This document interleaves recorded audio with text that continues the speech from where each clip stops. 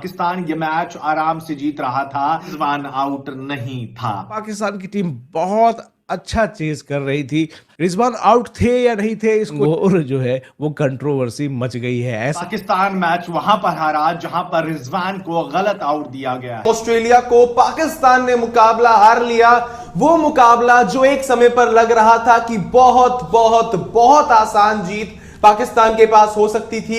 188 run बाकी थे, 6 विकेटें थी, लेकिन तकरीबन अगले 110 रनों के अंदर अंदर पाकिस्तान क्रिकेट टीम ने अपने 8 के 8 विकेट खो दिए।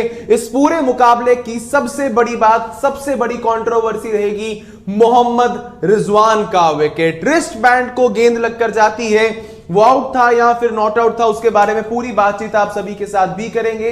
ये कंट्रोवर्सी सिर्फ आज नहीं, ये कंट्रोवर्सी सालों साल याद रखी जाएगी, क्योंकि वहां तक जब रिजवान और आगा सलमान की पार्टनरशिप सेट थी, वहां से ऐसा लग रहा था कि इस मुकाबले में जीत सिर्फ और सिर्फ एक टीम की निश्चित है, वो है पाकिस्तान। लेकिन इसमें खुद पाकिस्तान की भी गलतियां रही, लेकिन वो सबसे इंपॉर्टेंट, सबसे बड़ी पार्टनरशिप जो टूटी वो मोहम्मद रिजवान की थी। आईसीसी के रूल्स वहां पर क्या कहते हैं, क्या कुछ इसको लेकर कंट्रोवर्सी आगे जाएगी, उसके लिए भाई अब मोहम्मद रिजवान की वो एक डिसीजन जो इस पूरे मुकाबले में कंट्रोवर्शियल रहेगा हमेशा से।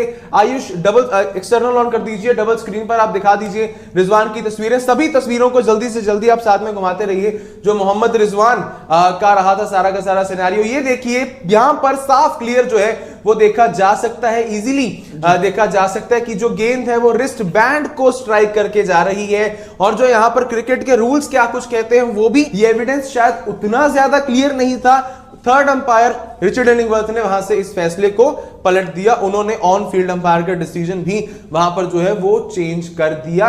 पाकिस्तान लाइव के मुअज़्ज़िज़ नाज़रीन, अस्सलामु अलैकुम। ऑस्ट्रेलिया के खिलाफ टेस्ट मैच में मोहम्मद रिजवान के मुतनाज़ आउट पर जहां पाकिस्तान भर के मीडिया पे अंपायरिंग पर सवालात उठाए गए, वहीं इंटरनेशनल मीडिया भी मैदान में आ गया और ख़ास तौर पर भारतीय मीडिया ने भी बदतरीन अंपायरिंग को ही पाकिस्तान की शिकस्त का जिम्मेदार ठहराया। इस हवाले से भारतीय सहाफ़ी विक्रांत गुप्ता का रद्द-ए-अमल भी सामने आ गया। उनका इस हवाले से मजीद क्या कहना था, इस क्लिप में देखें। वीडियो में आगे बढ़ने से पहले मेरे चैनल पाकिस्तान लाइव को सब्सक्राइब जरूर करें ताकि आने वाली वीडियो